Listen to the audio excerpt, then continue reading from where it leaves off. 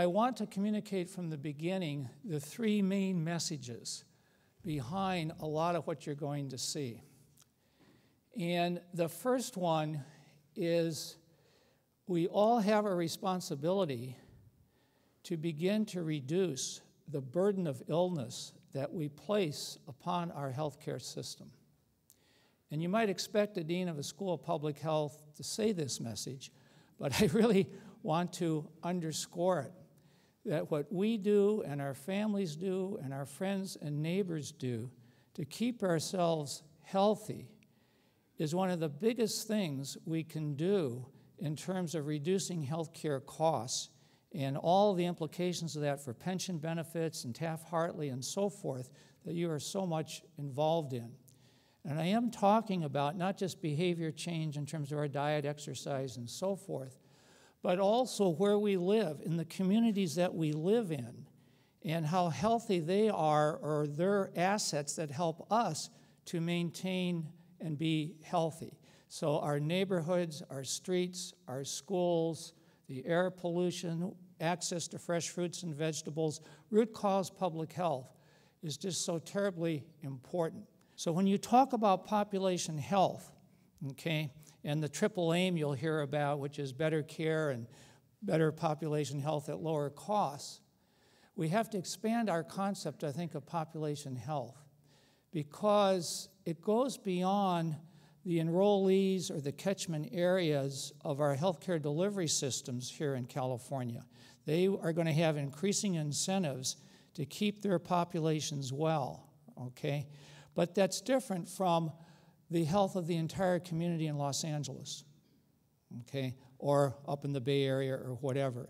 And that means we need cross-boundary leadership that's going to engage the public health departments and the schools and the transportation and labor, et cetera, to begin to put into place the conditions to help us be healthy and to reach across borders in order to do that, even if it's not going to directly affect my enrollees this year in the health plan or whomever I'm providing care to. So that's the first message, and the Berkeley Forum participants came down on that very hard, particularly around physical activity, which I'll say a little bit about later on.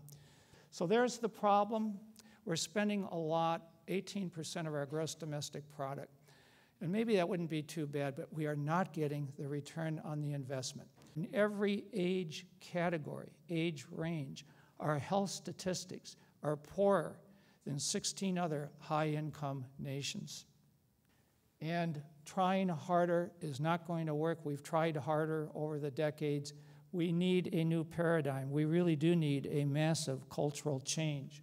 And I would argue that we're trying to move from a culture of sickness to a culture of care, and we're in that a lot now, transforming care, new care models, but we're far from yet a culture of health. And what we need to do is develop a market for health, a market for health. We're a capitalistic society. We respond to incentives and markets, right? We need to develop a culture of health. So we're in this transition from culture of care to a culture of health, and maybe some of it's still culture of sickness. And this is the journey we're on. New payment models to keep people well, develop the capabilities to respond, technology-enabled, evidence-based, and patient-engaged. And I was really delighted to see there's a whole panel on patient-centeredness, at least. A big component of that is patient activation and engagement. When I speak around the United States and around the world, and people ask me, well, wait a minute, why do you want to restructure this system, either from a patient or from a total perspective? Isn't America's healthcare the best in the world? And the answer to that is no. We do not have a great healthcare system. What we do better than anybody else, you got great institutions here, UCLA, Cedars-Sinai, others, is that we do great rescue care. If you're a diabetic and go into ketoacidosis, we'll rescue you. If you're in a car trauma, we'll rescue you.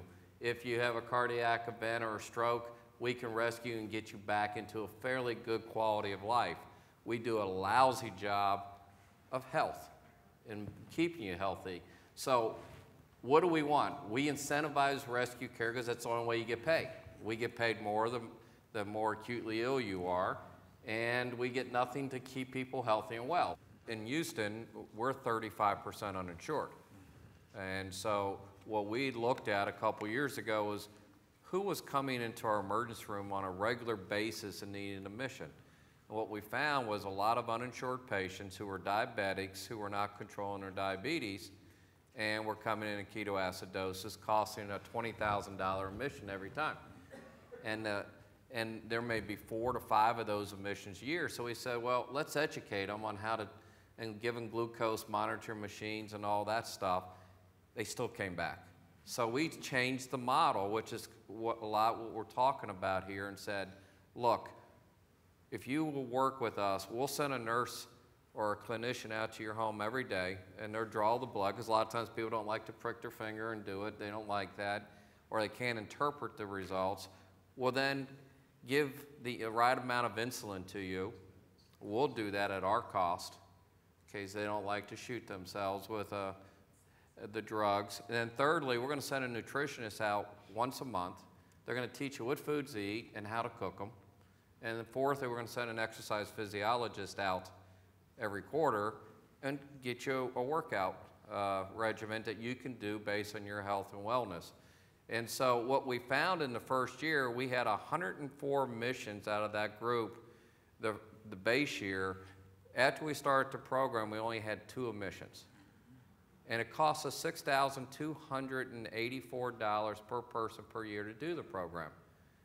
Now that's a great return to society. That was my cost at the time. That's why we did it, because they were uninsured. Actually, the uninsured are your costs, as we as hospitals pass that on to you all through extra charges to the insurance companies, et cetera. So there's a way to balance it. These people, not only were they healthier, but they're able to work their jobs full time and support their families and not having to be in a hospital 5 times a year. And that's where it's important. And it's hard to quantify all that. And so, yeah, there's a tension there, and there's a tension about, will you skimp on care and not give the patient everything?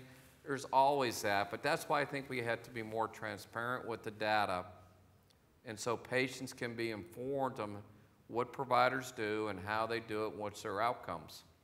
If you look at other data, there's research on patient activation, and those scales and metrics that have been developed around that have shown that patients that are highly active, who are not only partnering in decision-making with their physician, but go that extra step to where they're really actively engaged in wellness and anticipatory aspects of their care, and really are engaged in their medication management, for example. That group of people is costing 8 to 12% less in overall healthcare costs. So the reality is, if you really engage a patient, and I often liken it to this, how many people have ever washed their rental car, right?